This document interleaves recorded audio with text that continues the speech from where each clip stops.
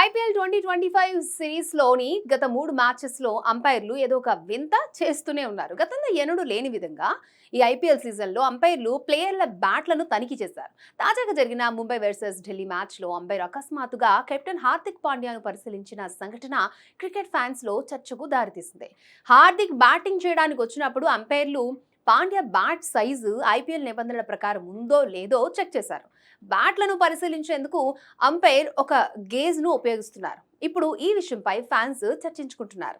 అయితే రూల్స్ ప్రకారం బ్యాట్ పరిమాణం ఒక నిర్దిష్ట పరిమితిని మించుంటే ఆ బ్యాటర్కి జరిమానా లేదా బ్యాట్ని జప్తు చేయొచ్చు.